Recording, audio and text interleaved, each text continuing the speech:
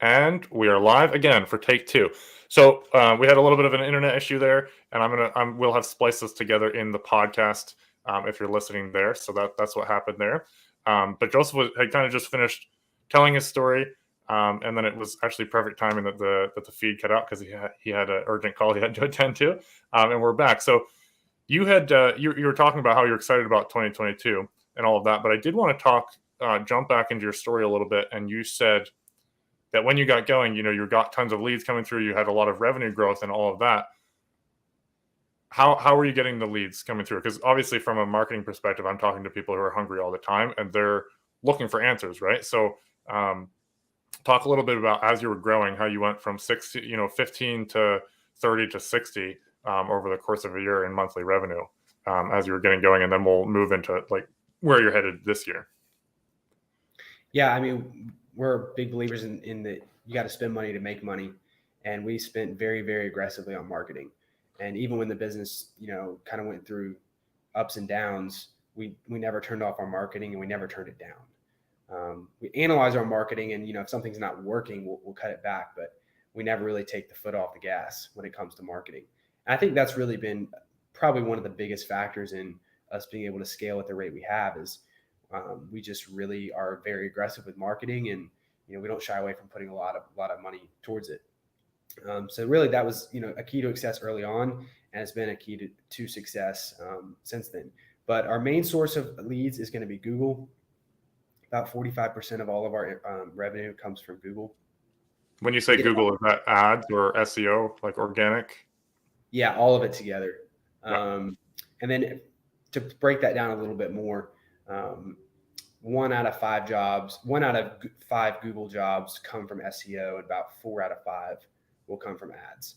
And a lot of that's just because we're a newer company, so our website doesn't have the standing on Google that a lot of companies that have been there for years and years do. Hopefully, we're going to see that number even out a little bit down the road.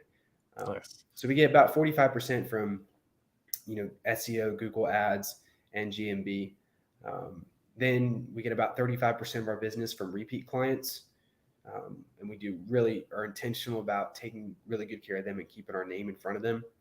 Did you say 35? Just so I heard that correctly? Yeah, 35% of our business is from repeat business. Amazing.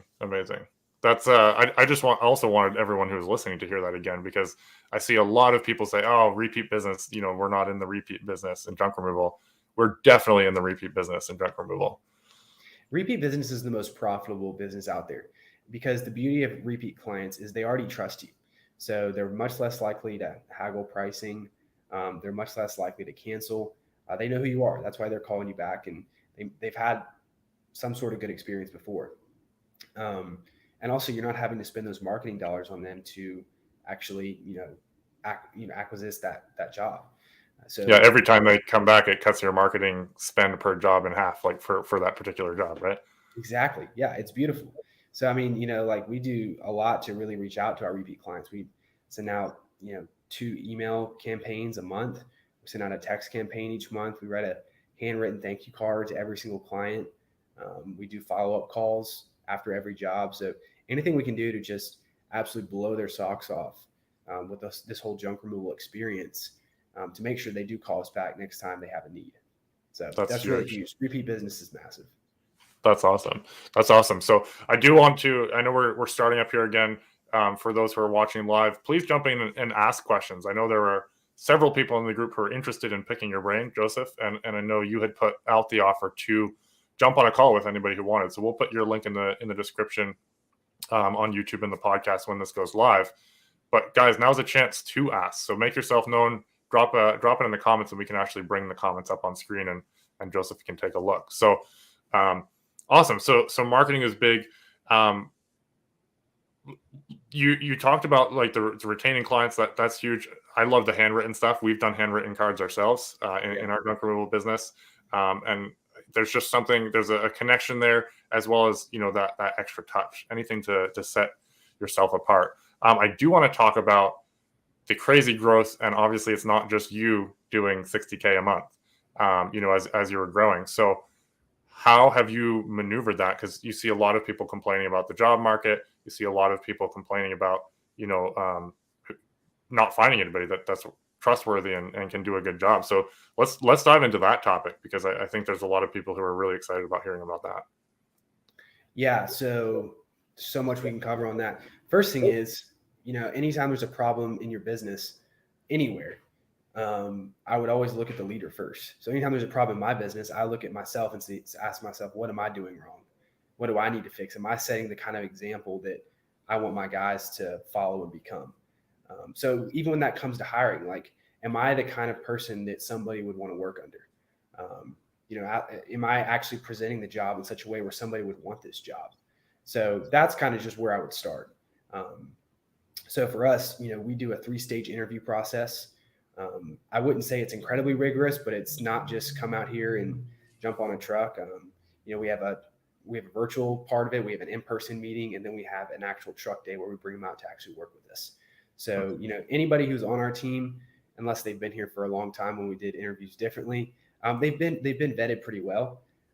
And typically, when you're intentional with the interview process, you're going to go through a lot of volume, in the sense that there's going to be a lot of people who don't make it through, but the guys who do make it through are usually going to be quality guys.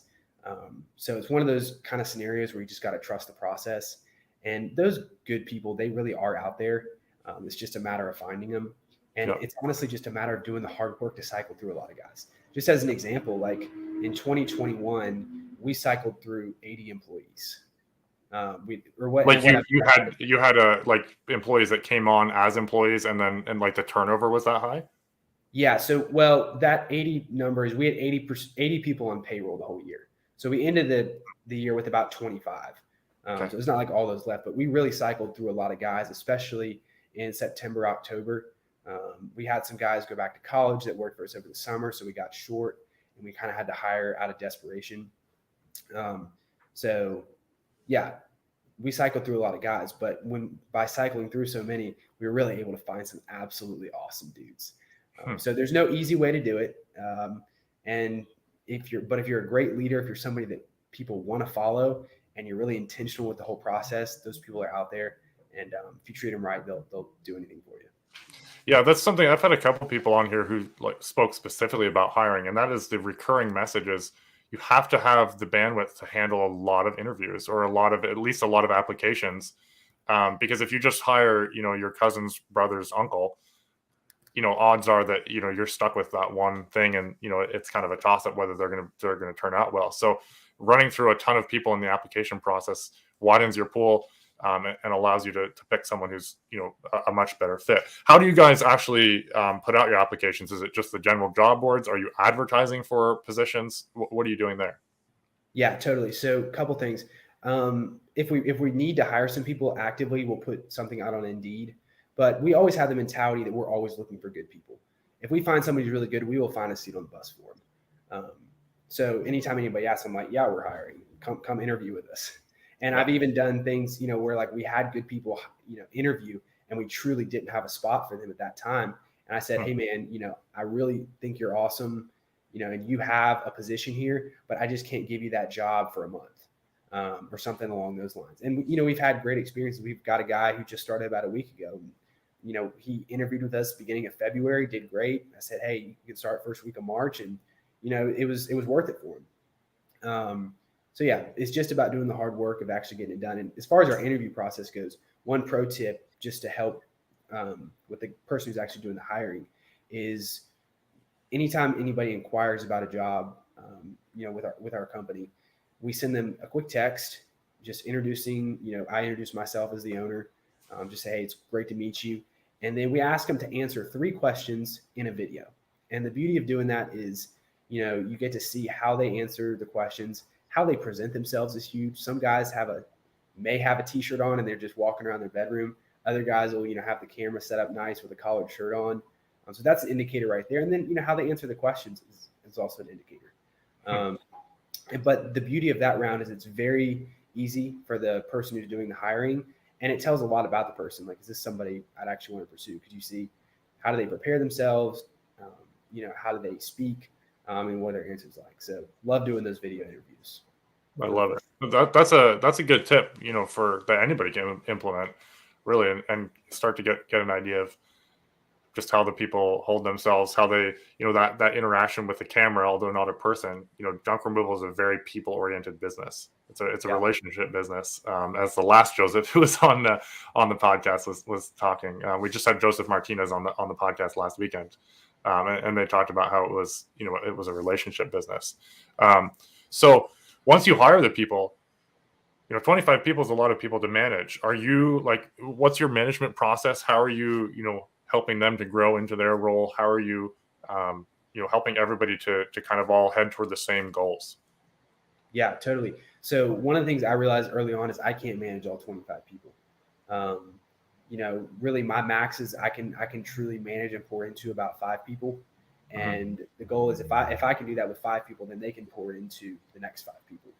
So what that looks like practically is, I'm real intentional with pouring into our team leaders, which are our senior guys on staff. They're the guys who've been with us for a while, who we really trust. So I pour into those guys a lot, and then they in turn will, pour into the guys who run the trucks.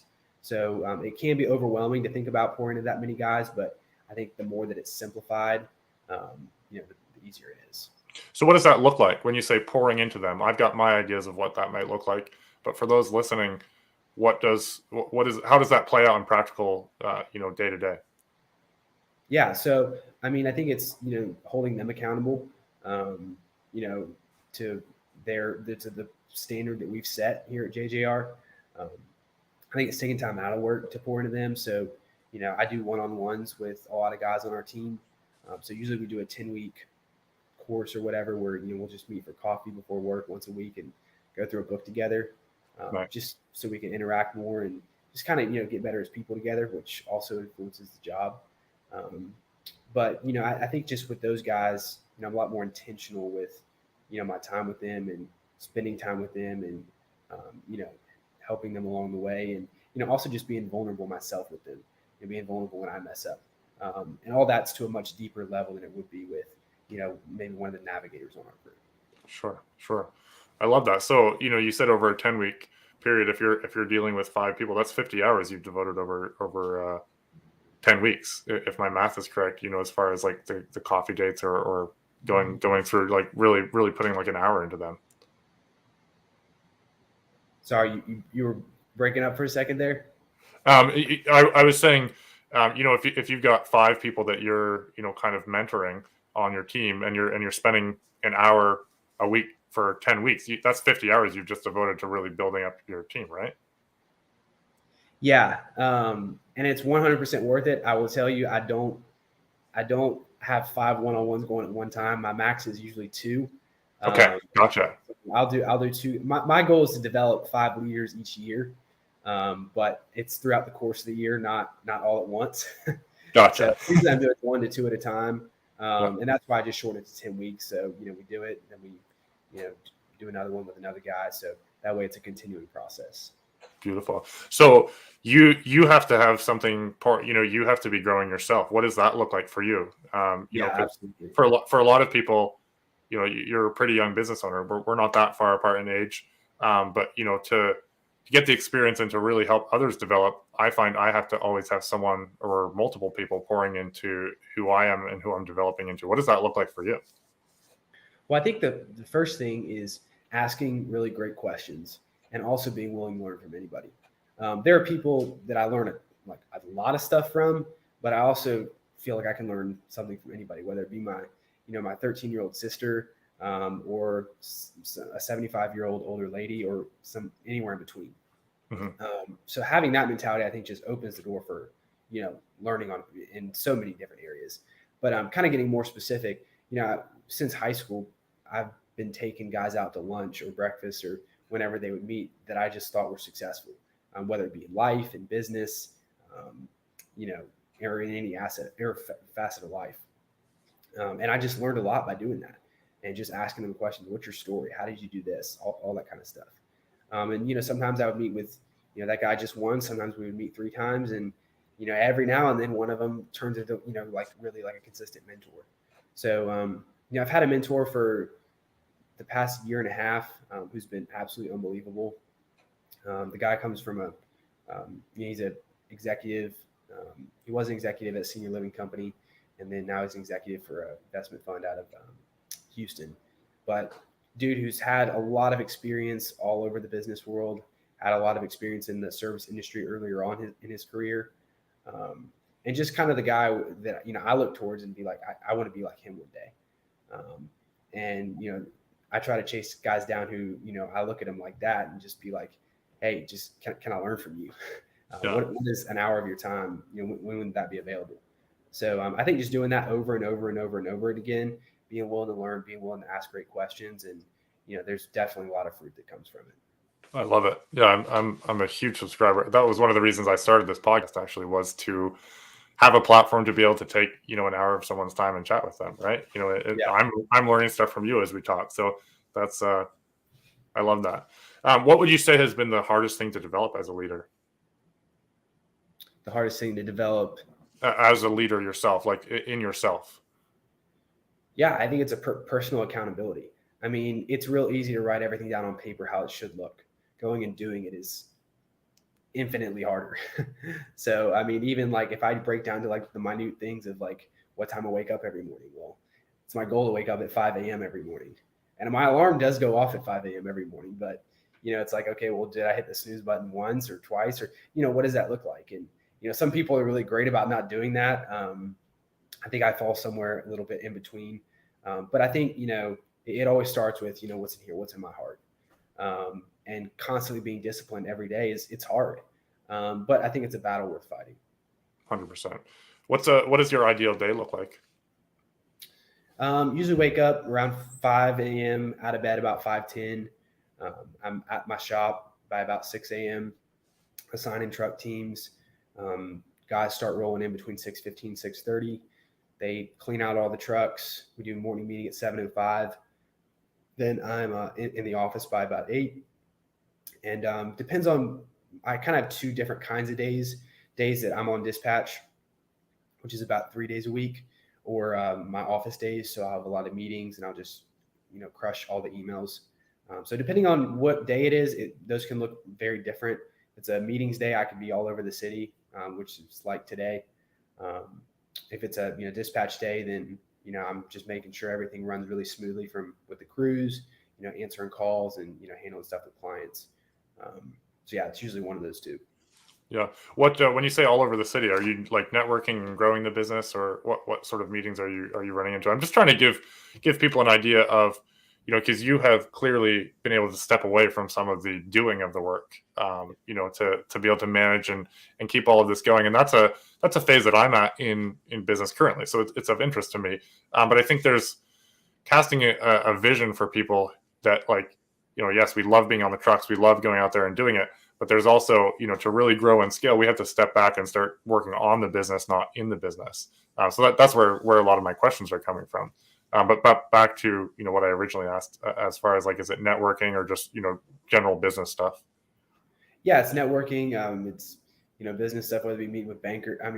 I feel like I've had a lot of those lately because we're trying to, I'll meet with different guys on my team. Yesterday I got to meet with one of my guys. This wasn't a one-on-one, but actually me and this guy, we've done one-on-ones in the past, but we just actually met up at my office and we just walked around the parking lot for like an hour and just talked about life.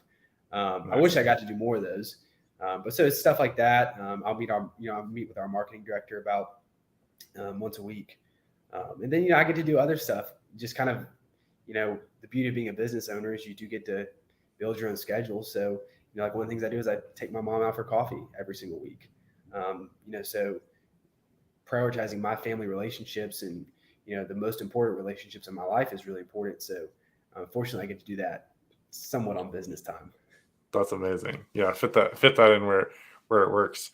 I love it. And I appreciate you laying that out, because it's a vision that I like, picking up. I originally named the title of this stream, and we had to restart, but success leaves clues. And I think, there's people in the group who are very receptive to some of the stuff you're dropping, and others who are like, oh, this is ridiculous. But anybody in business, who's gone further than we have, we should be listening to what they're doing. And so it's I appreciate you taking the time here to chat and to talk to people about this. I would like to dive more into the marketing side, because that's something that I'm passionate about and work on.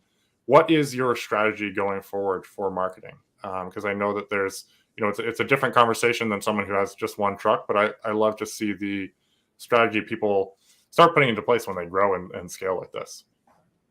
Yeah, sure. So I think where we start is what is our budget? So for us, we're spending 22% of our revenue on marketing. And the That's way we aggressive. come up with that number is we just look at whatever we did in revenue for the last month, and that's what our marketing budget is going to be for the current month. Mm-hmm. So, we'll look at whatever we already kind of had on the books, and, if we need to add or subtract anything. Google's always going to take, the biggest chunk of that. Then we'll have kind of like some of the smaller stuff, like, paying our marketing director, doing our email campaigns. We do a lot of social media. But kind of to break it down, so Google Ads and SEO, that's kind of number one on the list. The number two thing we do is our referrals. Mm-hmm. So we look at every job as a sales and a marketing opportunity, because obviously we're there to make that sale, but that person is also the gateway to all of their friends, neighbors, and connections who also need our service. So every single job we do, we're offering them a discount to write us some sort of social media post, recommendation on Nextdoor, Yelp review, whatever it may be that is easy for them, that continues to get our name out there. And if you look at just from a numbers side, like, you may be giving them a $15 to $20 discount. And, from a Google standpoint, like if you're getting a $60 acquisition cost, well, that's really good, at least in my area. So to give a $15, $20 discount to do a review or a post, like, is almost a no-brainer. So, turning jobs not only from transactions to marketing experiences into marketing opportunities, that's a really big one. We're really experimenting a lot with social media. It's hard to track leads off social media in junk removal, but I am a big believer in that it really adds to your overall brand, just overall brand awareness. What I've also noticed is using my personal profile and my connections from like LinkedIn and Facebook, just to further, use the brand. So it's really my accounts and the business accounts working together. Mm-hmm. Another huge one is yard signs. Yard signs have been incredibly effective for us. We put them up everywhere, even when the code enforcement says not to. We've dealt with that plenty. But anyways, yeah, yard signs have been awesome. The thing with yard signs is they just create a lot of conversation about your business. So, the places you put out yard signs is the same places all your repeat clients live. So it's a great way to remind them of your business. And all the people who know and love you as a business owner are going to see that sign, and they're just going to be, excited to see that. And they're going to, be talking about it. So yard signs are awesome. The other thing we do is we put out a yard sign at every single job, whether it be in the front yard. And then if the client doesn't want us to, then, we put it maybe down the street at the front of the neighborhood or something. So that's a really good source. Let's see, what else do we do? We get a lot from just our trucks, people seeing them on the road. They're pretty easy to spot. Yeah, they're pretty easy to spot, but I think one of the biggest mistakes guys make in the junk industry is putting too much stuff on their trucks. So if you ever see one of our trucks, all you will see is the logo, and it may or may not have a phone number and website. And you're like, what in the world? Why would you do that? And the reason is, if your company is named so-and-so junk removal or whatever junk removal, you've already told the client exactly what your service is. And chances are they're not going to remember your phone number. So they're going to Google you. So all that you need to stick in their mind is that name. So why not make that as bold and as big and as memorable as possible, and not confuse them with all this, other random information. So, kind of my grunt test is I need to be able to stand across from one of these huge, massive, junctions. I'm not talking about intersections. I'm talking all the bridges, when a huge interstate collides, and I can see my truck at the other corner, and I can see my logo and I can read it. So that's kind of my grunt test for it. Just so it's super visible, everybody driving down the road sees it. So we get a lot of business off of our trucks. We already touched on it, but get a lot of business from repeat clients. And then there's some other small stuff some commercial business, some realtor referrals and stuff like that. But Google, repeat business, referrals, those are the really big ones, and yard signs. I love that. Yeah, Steve says Steve said me too when you were talking about the yard signs there. It's Yeah. I think it's an underrated thing. Where do you get your yard signs from? Signs.com. Got to order them in bulk, so we order 500 at a time. That will, you know, that way we get them for I think around like 350 a sign. Yeah. We also learned that you don't need to order the full 18. I think it's 18 by 24 sign. We basically designed the logo on Canva, and then we use as small of a or as short of a sign as possible, which reduces cost. And we also don't get them double sided. So there's some creative things you can do to take it from a $4.25 sign to a $3.50 sign. Which when you order 500 of them, like that's the difference in hundreds of dollars. And also like signs.com does like free shipping if it's over $75, and they've got a couple perks that are also making nice, but ordering in bulk is the biggest key. Nice. I noticed you talked about efficiency a lot in the groups, as far as growing this and making it all happen. And I really do want to encourage people, reach out to Joseph, especially if you're in the groups. I'll drop his link in the in the podcast and everything. But he's offering an hour of his time to chat with you. Is it an hour or 30 minutes? It can be either. So we've got it set up for both options. Okay. Yeah. So you can jump on and actually, he'll walk through what you're specifically doing in your business, which coming from someone who's in the trenches, I think is invaluable. But let's talk a little bit about efficiency, and then we'll wrap up with, kind of a couple takeaways for people. And then I want to respect your time because we've got to hop off here, but let's chat a little bit about the efficiency side. Yeah, sure. So, I'm sure this, looks different in a lot of different people's businesses, but I can tell you what we did. So, one of the things we did for a while that was actually hurting us is we were scheduling more guys than we needed. And it was really a reaction to the problem of, hiring a bunch of new guys at once, and we would have guys no show and stuff like that. So, if we needed 8 guys, we would probably we would schedule 10 for, 1 or 2 no shows. Yeah. Which at the time, honestly, was probably the best reaction to the problem that we had. But inevitably, it started jacking up our payroll cost month over month.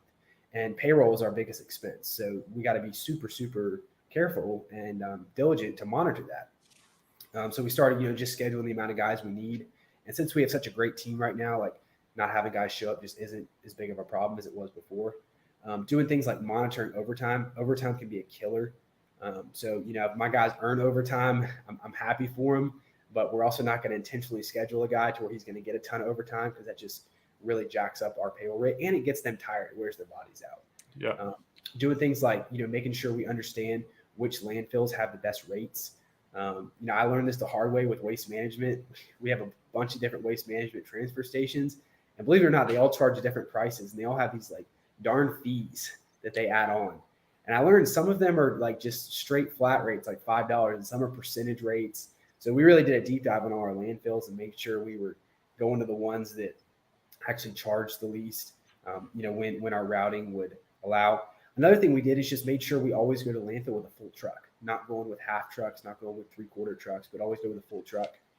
Another thing we started doing was, just doing a lot of recycling. We've been making a couple $100 a week off of just, pulling stuff out of the trucks and taking it to the recycling center. So those are kind of some areas that just stick out. Also, I think with marketing, like, at least for us, marketing is our second biggest expense after payroll. So just really being, careful to make sure our marketing is actually working. We don't ever want to cut it off too soon. So, we would never stop a marketing source, until we had it running for like at least 12 weeks to know if it works. But if it doesn't work, by golly, like let's, make sure to cut it off. And, the key to that is just tracking it. So, and when I say tracking it, not just, gauging how many times the phone rang, but looking at, okay, how many times did it ring from this source, and how many jobs do we get? What was the job average and cancellation rate for this lead source? And then deciding if that's something we want to pursue. So that's kind of a bunch of stuff that we try to become more efficient with.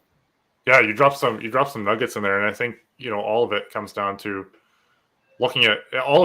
numbers. Payroll, overtime, marketing. Look at specifically what you're spending versus what you're getting out, and how you can become more efficient. That's key. But you made an important point on the marketing that stood out to me, because I'm in that world. But letting it run. And then doing a good side by side test. Obviously, if it's falling flat on its face, you're gonna cut that off pretty soon. But that's a key thing, that a lot of business owners, it's very emotional. It's like, oh, my phone's ringing a lot, it must be working, or my phone's not ringing, must not be working. But if you can look at where they're coming from, where the sources are, because yard signs are a big deal. You know that your trucks are a big deal. You kind of know where each of those things come from. And I guess as a follow up to that, I never asked it earlier, but how do you know where the calls come from your trucks? Because that's something that I see a lot of people not track where their calls come from. Yeah, so we've got tracking numbers set up for pretty much everything. That's one way we look at everything.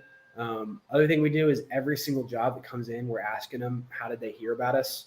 Mm-hmm. So, I can pull up on our Worky scheduling app and see like what are the percentages for, this week, or whatever block of time I want to see, where do all those jobs come from. Is it absolutely perfectly accurate? No, but it's accurate nine times out of 10, probably even more than that. So it gives us all we need to understand our business. That's huge. That's huge. Well, Joseph, this has been a pleasure. I appreciate you bearing with me through the technical difficulties there, and we'll get it all sorted out in post production. But appreciate you coming on. Appreciate you sharing your knowledge. I love watching people really do well in the game of business, and that's what it is. It's playing your chess pieces right. If you were to start again, I'll kind of end with this. If you were to start again from nothing, what would be the couple biggest things that you would look at and make sure that you did to ensure success? If I were to start over, I think, using a service like JRA, or Junk Removal Authority, they're a really good one that I would recommend. There's a couple other ones out there that are good.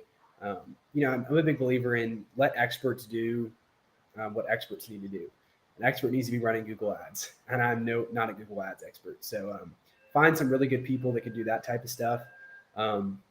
Also, I think, trying to build a brand that has, that local charm to it, but also is modeled after, the big name brands. So, using clean, new trucks that look professional, uniformed employees, all that kind of stuff. I think was stuff I wish I had done sooner. But then again, I look back and I don't have any regrets, because every lesson and failure along the way was a learning opportunity, and sure. I certainly would not want to forego all those. Absolutely. Well, this has been fun, man. I appreciate it, and I think we'll definitely do a round 2 here. I appreciate everyone who tuned in when we were live on Facebook and YouTube. And Joseph, any parting words? I guess I kind of left you with a parting thing there, but anything you want to say of how people can get in touch with you, where they can find you, how they can support the mission? Yeah, absolutely. I love talking about just life and junk removal and all that kind of stuff. So would love to chat with anybody on the phone who's interested. I know Lewis, you said you dropped the link below. Yeah, I will. But yeah, feel free to reach out anytime. Be happy to talk. And it's just something that I love in my heart, just talking to guys. So I enjoy it. Hopefully you can learn something from me, and I definitely will learn something from you. That's amazing. That's amazing. Well, guys, that's it for today. Tune into the next one. And Joseph, once again, really appreciate you coming on. Yeah, you bet, man. It was awesome.